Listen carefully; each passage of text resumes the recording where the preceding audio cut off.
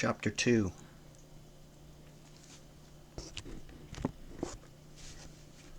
That command of my uncle's to gather in a minyan for the prayers was, it seems to me now, another reason why I count my history as beginning on that day. For the borrowed worshipper who completed the quorum was a ragged Galilean boy called Yeshua ben Yosef, or, if you will, Yeshu aha Natsre. Yeshua, Miriam's son. It wasn't strange that I had never met him before. In what land, that you know, does the son of a princely house consort with a carpenter's barefoot brat? But I met him then, and from that hour, though I struggled fiercely enough to free myself from him, I can tell you that my life was inescapably linked with his. Was and remains. For all the years I've lived since his cruel death have been but a lingering in his shadow. He was passing through our fields with his father. That was about a year before poor Yosef died, both of them heavily burdened with ox-goads, yokes, even a plowshare or two, and they'd made in their little shop in Nazareth, and now were lugging from farm to farm to sell to the landowners like my uncle. They hadn't had much luck that day. Their faces were gray with dust, pinched with hunger. I wrinkled up my aristocratic Zadokite nose at the smell of them. "Come," I said to them, rather arrogantly. "It seems to me now my uncle needs you for the prayers." "Your uncle?" Yosef the carpenter said. "And who be your uncle, young master?" "Hezron ben Matthiah," I said. "These are his fields you're trespassing, you know." The boy looked at me. I could see anger kindle in his eyes. Nobody had told him that he was supposed to be the meek and gentle Yeshua then. "These fields are God's," he said in his thick, countrified Galilean accent. "And we're God's creatures, so they're permitted us. Even your uncle is but a servant of Hashaddai, the Almighty. And you—" "Ease you please," his father said. At the sound of the carpenter's voice, the boy's face changed. Love, tenderness, devotion invaded it. I saw then how he worshipped his father. No wonder his teachings were afterward filled with the references to a father's love, but never to a mother's. I didn't know why then. You see, I hadn't yet met Miriam.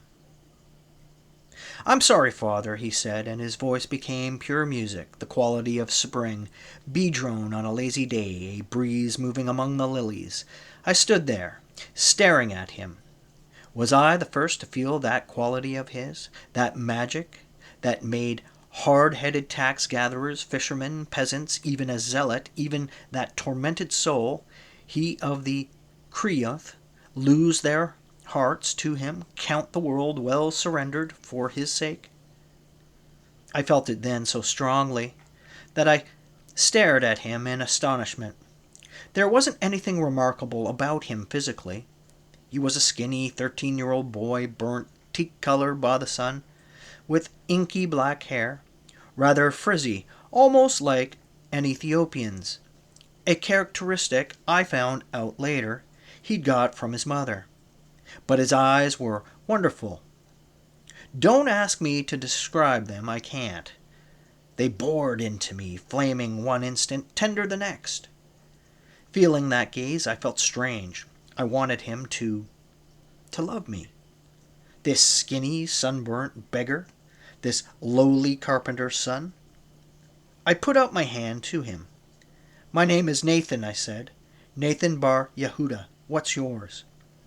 He put down his ox-goads, the yoke he bore on one shoulder, wiped his grimy, sweaty paw on his tunic, took my hand. "Yisu," he said, and smiled. And then, truly, as I never have since, except in a different way. Was it really? When I met Helvetia, I lost my heart. Yesu? I said. But that's not a name? I know it isn't. Father, what am I called in Hebrew? Yeshua, his father said. I put an arm about his shoulder. Come, Yeshua, I said to him. Let's go to the prayers. Afterward, we'll break bread together. You look hungry. Are you? Yes, he said simply. But then I'm used to it. The poor often are, you know. I turned to my uncle's servants. Pick up their wares, I snapped. Carry them to the house. The servants were outraged, but they did it. They knew better than to offend me, who was the apple of my childless uncle's eye. When we came into the house, my uncle greeted Joseph the carpenter kindly, called him by name, took his hand, gave him the kiss of peace. For Pharisee that he was, Uncle Hezron didn't scorn the Eme Haaretz, the unlettered ones, when they were as godly and pious as the carpenter was. Then he turned to the boy, laid his hand upon his head, murmured over him one of the middle 13 strophes of the Tefillah, or as we call it now, the Amidah, since we recite it standing up. Welcome to my house, Yeshua, my son, he began. Then he stopped. Elohim, he said. I stood there, jaw dropped. For so pious a man as Uncle Hezron to say Elohim, which could be interpreted as my God, in such a tone, was close to blasphemy. We do not mouth the names of the Almighty lightly as the Gentiles do. But now my uncle was staring from my face to Yeshua's and back again. Heaven bless us, good Yosef, he said. Look at them. As the Almighty reigns, they could be twins. Afterward, standing with Yeshua by a still pond in the garden, I saw that it was so. I was not as sunburnt. I was considerably fatter. My hair was made a shade less kinky, but apart from that, line for line, our features were the same. How was I to know then that in my life and after his was over, that whimsical sport of jesting nature was to have its sad, ironic consequence? In fact, it had a consequence of a sort that very day, for as I walked Yeshua to the gate to bid him goodbye, one of Uncle Hezron's handmaidens saw us together and laughed aloud. Turning to another, and making no effort to lower her voice, she said, Now I know why old woodchips. Yosef almost put that sly Miriam by. Why? The other Alma asked her. Young Master Yehuda was a wild one in his day, the wench chuckled, and if you want proof of it, look at the two of them there. I brooded over that for days before I went with it to my uncle.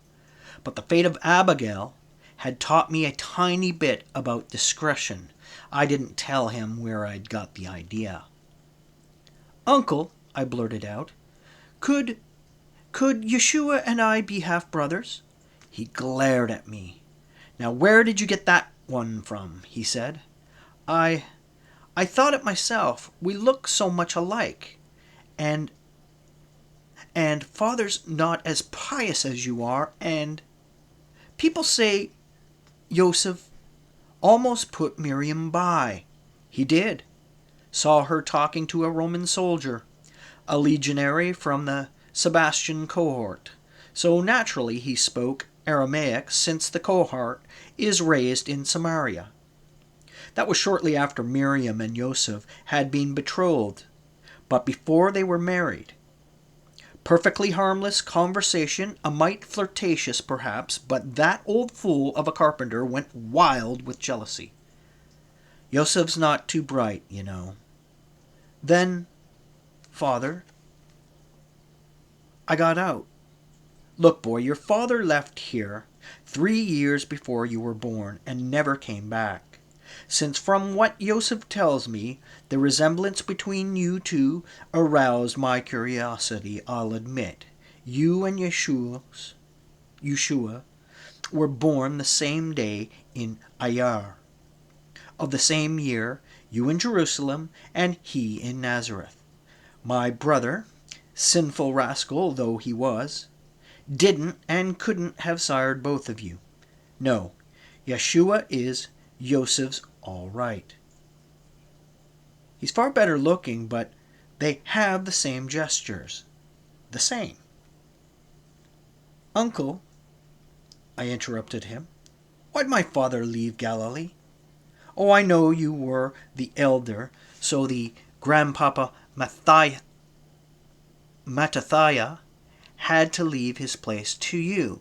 But it seems to me that it was big enough for both of us.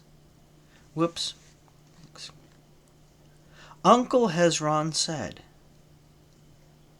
that it was big enough for both of us?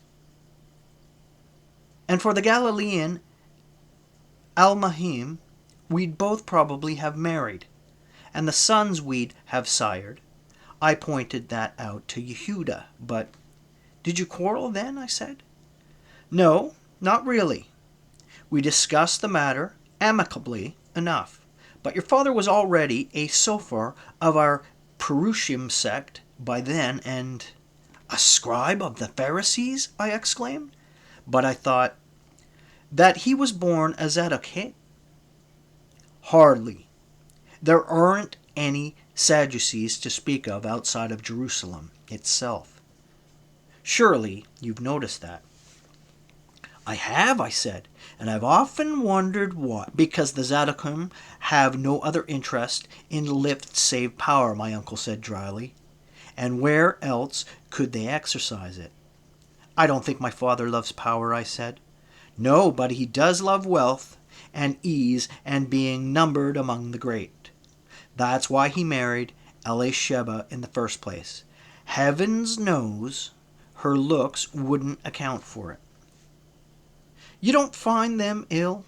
I shot back at him. He stared at me. Then he sighed. On the contrary, Nathan, he said gently, I do.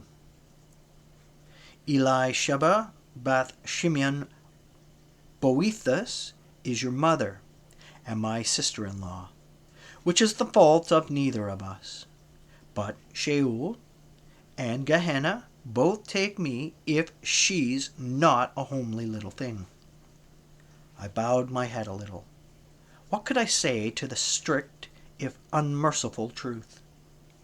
On the other hand, Uncle Hezron went on quietly, and I heard again the note of tenderness that almost always stole into his voice whenever he mentioned my mother. I have never been able to see where a woman's looks were all that important. I have never met a sweeter, nicer, kinder, more lovable woman than your mother is. The only thing I have against her personal appearance is that, knowing my brother, it makes me doubt his motives for marrying her. But that's his business, not mine.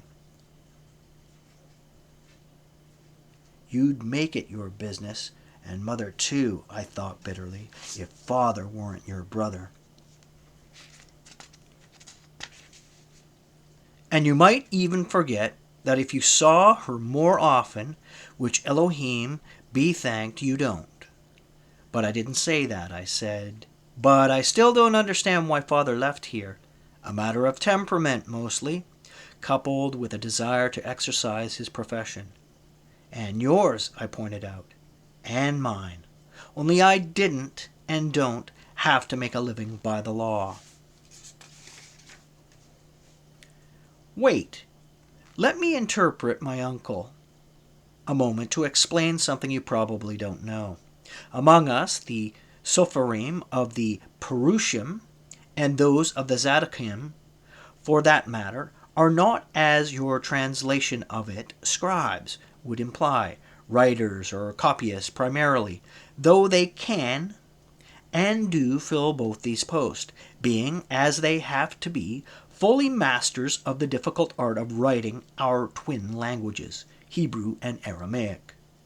Actually, they are attorneys at law trained from childhood in the thorny intricacies of our sacred code. So I understand at once what my uncle meant. To a trained professional lawyer, sleepy provincial Galilee, lovely and fertile though it was afforded very little scope. But he didn't either, I said. You just pointed that out a minute ago. Only he wanted to, Uncle Hezron said. Farming bored him to tears. Strange, I love it. So do I said. You do, don't you? My uncle said. It's the one comforting trait you have. Anyhow, nothing could persuade Yehuda to stay here and help me farm the place. So he went up to Jerusalem and met and married my mother, I said. Not so fast, Uncle Hezron said. That was later, much later. First he almost starved. Jerusalem is oversupplied with Sopharim, you know, my boy. Though few or none of them could have matched his skill or his command of languages, notably Greek. The trouble was that they had the connections and he didn't, for although our family is one of Galilee's greatest, in Jerusalem we are all but unknown. We wouldn't be, if you or father would come right out and tell people we are Maccabees, I said, which would have been tantamount to suicide as long as Herod the Great lived. Uncle Hezron said dryly, even setting aside for argument's sake the fact that we don't know whether we are not. We are or not. You must know that Idumean dog killed every member of the Hasmonean family he could find for fear they might rally the people against his entirely illegal rule. Now tell me, do you really want to hear this, or are you going to go on interpreting me every time I open my mouth? Sorry, Uncle Hezron, I said. All right, now sit still and listen. Being much too stiff-necked to call upon me for help, your father kept soul and body together, and just barely at that, by working as a copyist of scrolls. He was just about to give up and come back home when it reached his ear that Shimeon ben Boethus, the merchant prince, my grandfather, I said happily, still to be at the time, my uncle said. Anyhow, Yehuda learned that Ben Boethus, owner of Jerusalem's richest counting house, was looking for a secretary of certain qualifications and skills, all of which her father possessed in almost limitless abundance. So Yehuda applied at once, thus proving that he'd never been a good Perushite at heart, and that he'd either forgot or had scant respect for our family's glorious history. I stared owl-eyed at Uncle Hezron. Why, Uncle? I said. To enter that house was a sin, Uncle Hezron thundered. Your mother's family are titular heads of the Zadokim sect, my boy. In fact, so great was their power even then, that to consolidate his position, that Idumean dog Herod felt it imperative to take a daughter of that house to wife, marrying your maternal granduant Mariamne, the second of his wives, who bore that same given name, Bath Boethus, and by her producing your weak and ineffectual kinsman Herod, who— But I know all that, Uncle. What I don't understand is why you're so hard on Father and on the Zadokim in general. Because, Nathan, Uncle Hezron said, the Zadokim were and would still be if we'd let them get away with it. The party of Hellenization. They'd reduce us to imitation Greeks, make polytheists of us, destroy our holy covenant with God. In fact, they'd have done so by now if your hypocritical ancestors, the Maccabees, hadn't prevented it.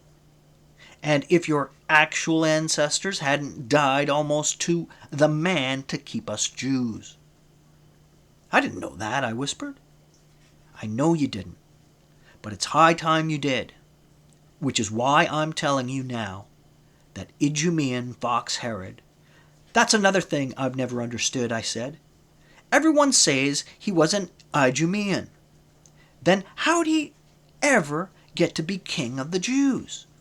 Because Shimeon Maccabeus, great-grandson, Jonathan, whom your Zadokim scribes, who forgot Hebrew and have to write in Greek, call Alexander Genius, made the mistake that doomed our nation.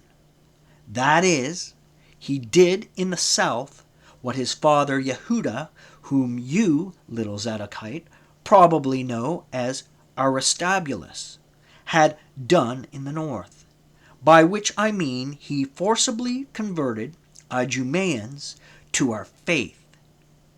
Now the Syrians and Greeks of Galilee, for all their faults, had a certain nobility about them, where I might add, sufficiently civilized to make good Jews once a generation had passed, while the Idumeans were and remain barbaric swine. Anyhow, by this mistaken application of his father's policy in a land where that policy couldn't and didn't fit, Jonathan bar Yehuda made it possible for Antipater and his sons, Faisal, and worst of all Herod the Great, to appear upon our national scene as Jews. So that was it, I said. Uncle Hezron, tell me another thing. Why does Father hate even the name of Herod so? I understand why you would, because you're of the Perushim, but Father's a Zadokite, and King Herod favored the Zadokim, even took their daughters as wives, like my grandaunt Mariamne, like my grand aunt Mariamne. But every time anybody even mentions Herod's name, for all that he's dead now, and his sons have no real power, Father calls down heaven's curses upon it. Uncle Hezron smiled. Does he now? He said. I'm glad of that, Nathan. Shows your father's heart is still in the right place. We, including you, nephew, have cause enough to curse the name of that false Jew Herod. For as soon as he had become governor of Galilee, under the ethnarch Johanan Hyrcanus II, his first act was to capture the zealot patriot Hezekiah and all his band, among whose chiefs were numbered 3 of your granduncles, and execute them out of hand. I don't have to tell you how outrageously unlawful that was. As a Sophir's son, you must know that only the Sanhedrin has the right to hand down the death sentence.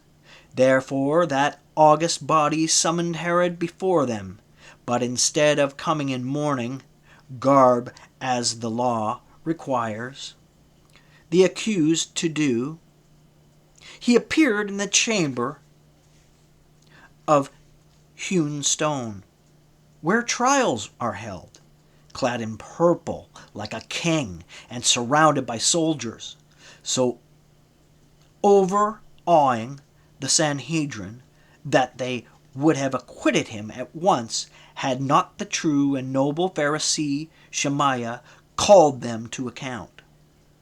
They were men. They were, men say, preparing to convict him, when then governor of Syria, Sextus Caesar, uncle of the great Caius Ullius, flatly ordered the weak and muddled ethnarch, Johannan Hyrcanus, to liberate him, and the murder of your granduncles went free to drown all Israel in a sea of blood.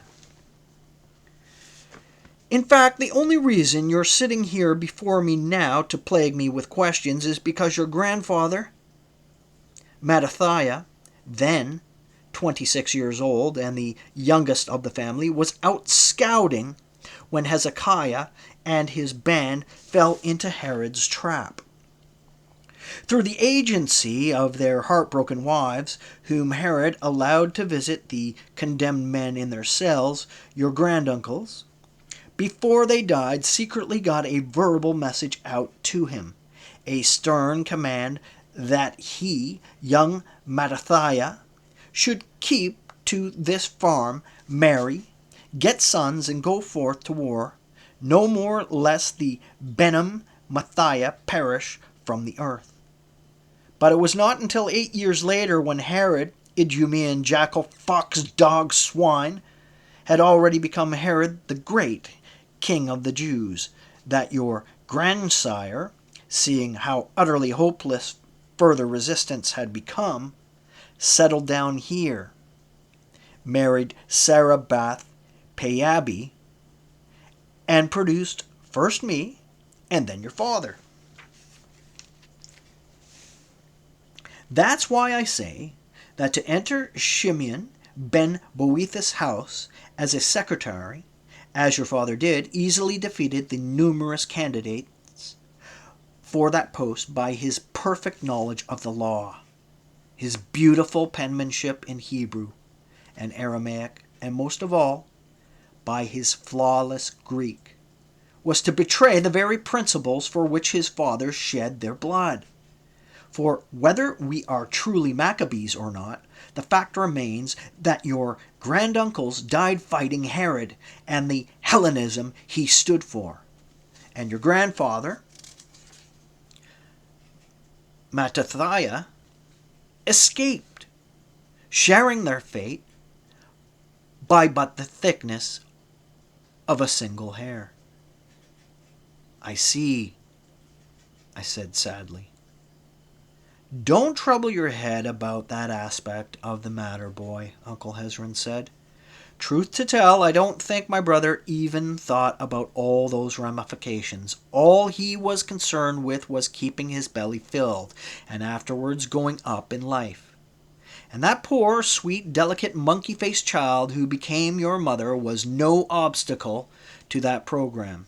You may be certain, nephew, my brother's a handsome devil, as you know, imposing as Satanus himself. And so are you, Uncle, I said. I'm big enough, Uncle Hezron said, but that's as far as it goes. Your father's too fair-favored for his own good, and so are you, or you will be if you ever attain his stature. I doubt I ever will, I said morosely. So do I. Your dwarfishness is your mother's fault and a tribute to your Boethusian blood. A pity you didn't inherit her sweetness of temper instead. Anyhow, poor Eli told me her heart stopped still the first instant she saw my rascal of a brother. For half a year she suffered the classic symptoms of all-devouring love, inexplicable tears, sleeplessness, loss of appetite. None of which moved that miserable old pirate of a grandfather of yours, not one jot. Grandfather Boethus was opposed, I said. Strange. He surely dotes on father now. He should, Uncle Hezron said. Your father saved his life. I sometimes think that the only good thing Herod and the Great ever did was making it possible for your father and mother to wed. And even that he did by accident. Herod the Great made it possible. For you to come into this world legally and legitimately, at least, for I wouldn't put it past Yehuda to have waived the rules to further his ambitions. Only he didn't have to. Herod gave your father his chance by putting your grandfather's life in jeopardy, and thus affording my brother, who had had the makings of an excellent brigand anyhow, before he turned scribe, the opportunity to endear himself to Shimeon ben Boethus by saving his life. "When did all this happen, uncle?" I said. "2 years before you were born. By that time, that loathsome monster Herod was more than 70 years of age and rotting into death, while yet he lived."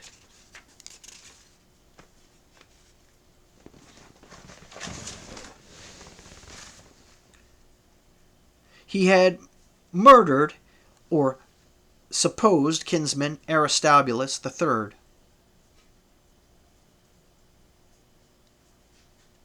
The high priest, for no other reason than the Maccabean blood in his veins, executed Joseph, his brother-in-law, husband of his own sister, Shelomith, or should I Hellenize that into Salome, the way your Zadokim scribers do?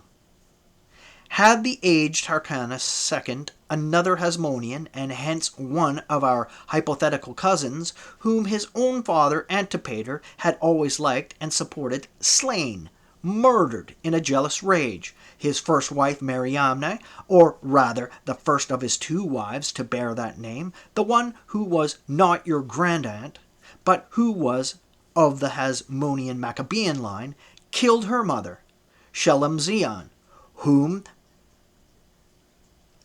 the would-be Greeks call Alexandra, for plotting against him, had Costobar, his sister, Shelomith's second husband, put to death for hiding and protecting the sons of Baalis, who were reputed to have Maccabean blood, thereafter putting them to the sword as well, had his own sons by Mariamne, the first, Alexander and Aristobulus, strangled by Sebaste, and beheaded his dearly beloved son Antipater, his eldest born of his very first wife Doris, though he never counted her as such, having put her by for plotting against him. This Nathan only within his own household. And you wonder that we didn't boast of our alleged Hasmonean Maccabean blood. Outside it, he executed 10 Perushim who had plotted a revolt against him, slaughtered the old soldier Taron, and 300 of his followers for daring to verbally defend the obvious innocence of Alexander and Aristobulus. His Herod's sons by Mariamne the first, he had the 2 Rabbin, Yehuda ben Sephoriah and Mattathiah ben Mergaloth, burned alive, with numerous followers of theirs, for daring to tear down the golden eagle he'd fixed above the temple gate in defense of all our laws. And last of all, feeling his own death upon him, he had members of every prominent family in Judea confined in the arena at Jericho, there to be put to the sword the moment his death should be announced, thus making sure that all Jewry should weep his passing. Among the prisoners so confined was, of course, your maternal grandfather, Shimeon ben Boethus. At that news, your father immediately did what he could to procure his prospective father-in-law's release. He was busily engaged in counting up the not inconsiderable amount of money he had gained by then by putting out the surplus from his salary to usury, having learned that from the genteel highway robbery from your old bandit or of a grandfather, when your mother still to be driven by desperation into an accustomed boldness came to Yehuda's room to beg him to try to save her father's life. When he saw what he was doing, she said, "You mean to bribe the guards, Yehuda?" "Yes, Eli," your father was told. So she asked him how much he had, and he told her that too. Then she said, "That's not enough, Yehuda dearest. Wait a minute, will you?" and skipped from the room. When she came back, she had all her jewels with her.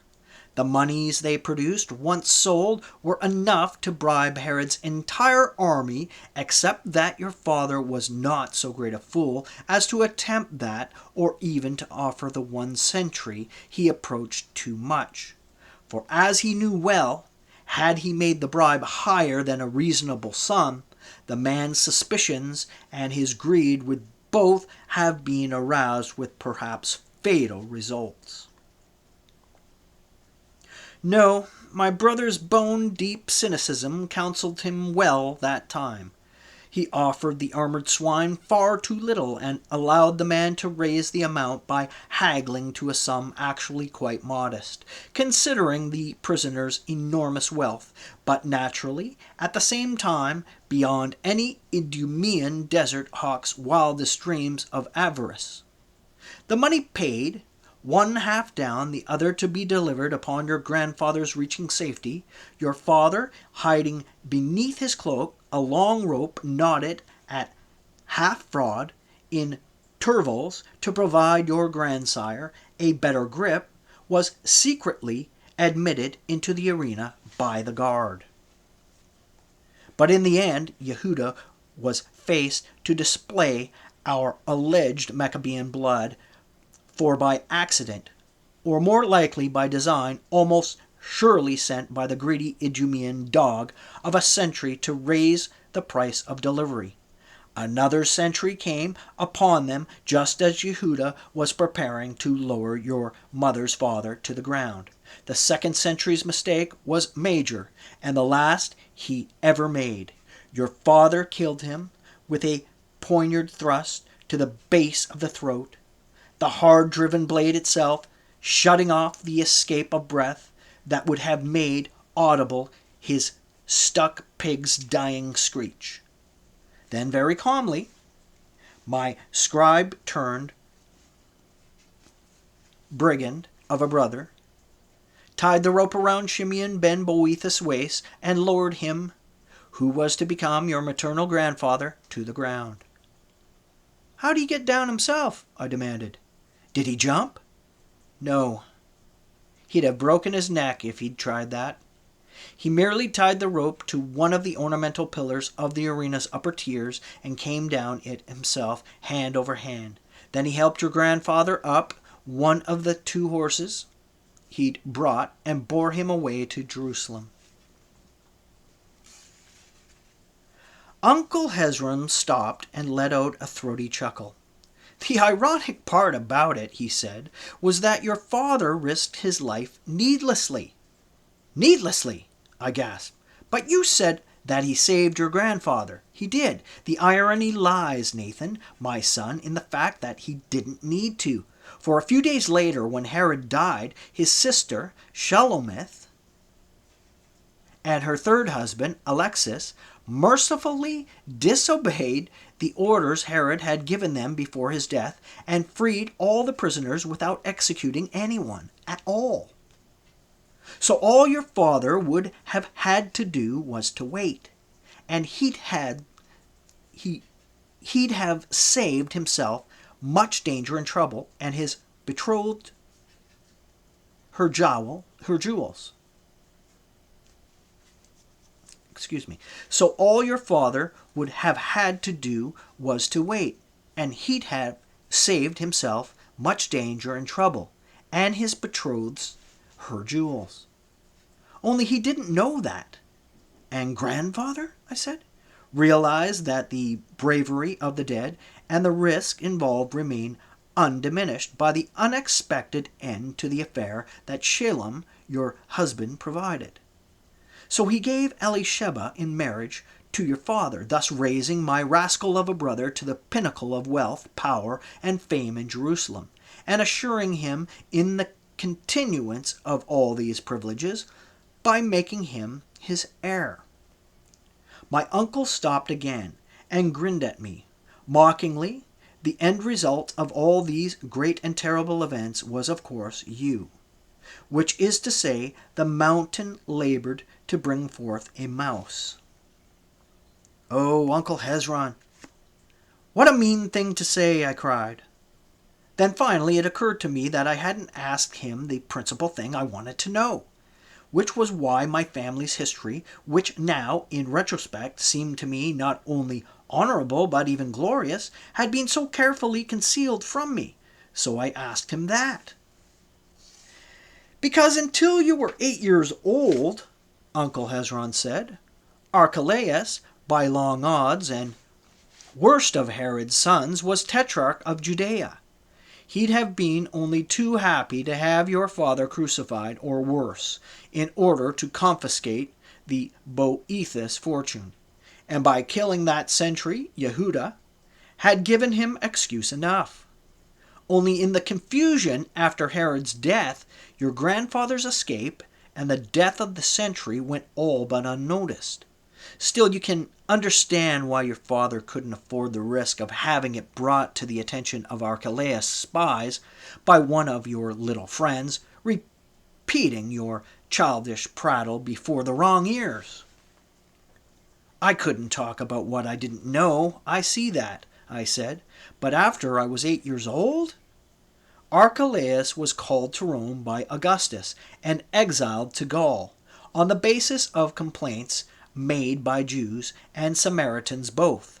Then Judea was made a part of the Roman province of Syria and placed under the procurators. But no sooner had that particular danger vanished than the governor of Syria, Quirinius, started in to take a census of the nation for the purpose of taxation. So Yehuda of Gamela and Sadok the Pharisee led a revolt against the Romans. Your father sent you up here to me to keep you safe. You were just 8 years old at the time.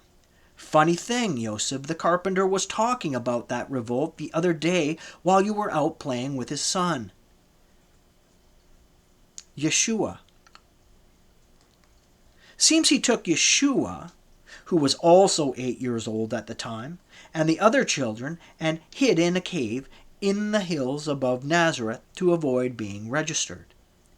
Anyhow, with the country in perpetual uproar, and the procurators becoming more arrogant every year, Quirinius deposed your granduncle, Joazar ben Boethus, from the high priesthood that very year, you know. I suppose keeping their mouths shut had got to be a habit with your parents. But the rest of it, I protested. My granduncles, our descent from the Maccabees, why wasn't I told all that? My uncle smiled at me a little wearily. Because Yehuda hadn't, and so far as I know, hasn't even yet told Ele Sheba that decidedly murky history, Nathan. Don't blame him. A man who tells his wife that 3 of his uncles were decapitated as brigands, and that his family probably got started by a remote ancestress crawling into another woman's husband's bed, is a fool. And whatever else he may be, your father is not a fool. Speaking of which, I'd strongly suggest... What, uncle? I said. That you don't be one either. What your mother doesn't know won't hurt her, my Uncle Hezron said.